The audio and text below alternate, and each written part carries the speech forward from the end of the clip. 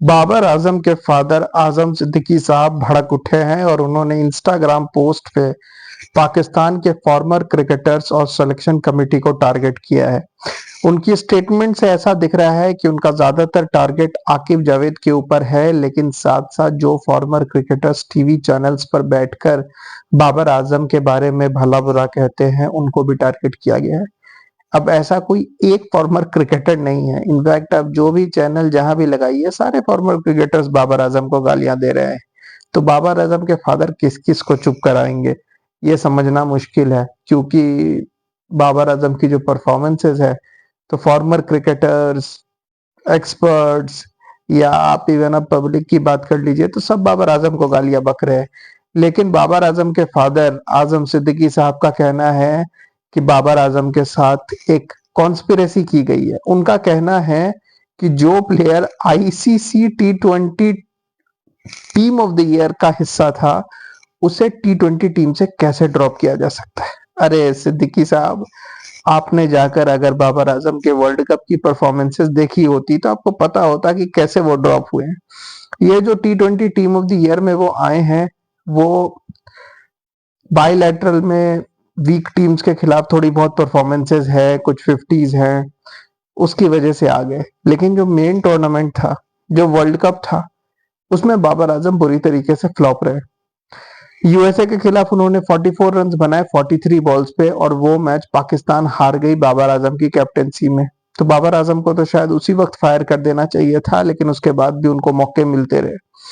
लेकिन उनका strike rate वहीं का वहीं रहा और इवेंचुअली अब पाकिस्तान मैनेजमेंट ने डिसीजन लिया कि उन्हें ड्रॉप कर देना चाहिए।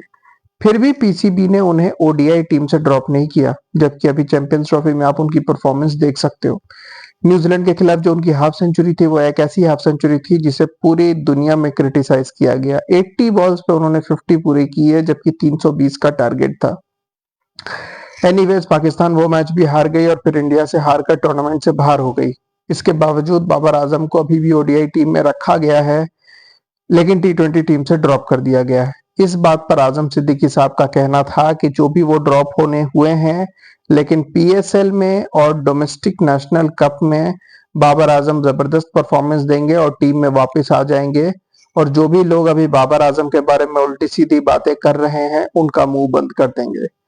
अरे भाई साहब, सिद्दीकी साहब, टीम में वापस आकर बाबर आजम किसी का मुंह बंद नहीं कर पाएंगे। पाकिस्तान की डोमेस्टिक सर्किट और पीएसएल का स्टैंडर्ड क्या है ये सबको पता है। वहां पर बाबर आजम लाहौर और रावलपिंडी की पिचेस पे ये 30-40 बॉल्स पे 50 कर देंगे। लेकिन बात तो तब बनेगी जब किसी मेजर टूर्नामेंट में बाबर आजम परफॉर्म करे। पाकिस्तान की टीम शायद अब उनको एशिया कप और अगले साल के वर्ल्ड कप के लिए कंसिडर नहीं करना चाहता और यंगस्टर्स की टीम बनाना चाहता है। शायद इसी वजह से अभी पाकिस्तान की टीम में काफी यंगस्टर्स डाले गए हैं, साथ साथ कैप्टन और वाइस कैप्टन को भी चेंज किया गया है। और बाबर आजम शायद अब इस फॉर्मेट में फिट नहीं होते और बहुत जल्द अगर उन्होंने अपनी टेस्ट परफॉर्मेंस नहीं सुधारी तो टेस्ट टीम में भी उनकी जगह नहीं बनेगी और फिर वो सिर्फ ओडीआई फॉर्मेट खेलते रह जाएंगे। तो मेरे ख्याल से बाबर आजम के पिताजी को इस तरीके से पब्लिक को टारगेट और एक्स क्रिकेटर को टारगेट करने की जगह पे बाबर आजम को प्रैक्टिस के साथ हेल्प करना चाहिए, क्योंकि उनका कहना है कि वो इस लिहाज से बात कर रहे हैं क्योंकि ना सिर्फ वो बाबर आजम के फादर हैं बल्कि उनके फर्स्ट एंड लास्ट कोच हैं। साथ ही साथ वही बाबर आजम के पीआर एजेंट हैं, वही स्पोक्स पर्सन है। तो बाबर आजम से रिलेटेड सारी बातचीत वही करेंगे। तो भाई साहब, जब आप कोच हैं, जब आपको सब कुछ पता है तो ले जाइए, सिखाइए, थोड़ी पावर गेम सिखाइए बॉब्जी द किंग को। 80-80 बॉलों पे 50 पूरी करता है, टीम को हरवाता है और आप एक्स क्रिकेटर्स को टारगेट कर रहे हैं। किस एक एक्स क्रिकेटर को आप टारगेट करेंगे? वसीम, वकार, ये दोनों बैठकर बाबर आजम को गालियां बकते हैं। हफीज, मलिक, शोएब अख्तर, वो तो फ्रॉड कहते हैं बाबर आजम को। कामरान अकमल, बासित अली, ये भी बैठकर एक चैनल पे गालियां बकते हैं। आप किसी भी चैनल पे चले जाओ, सिकंदर बख्त भी यही बातें करते हैं।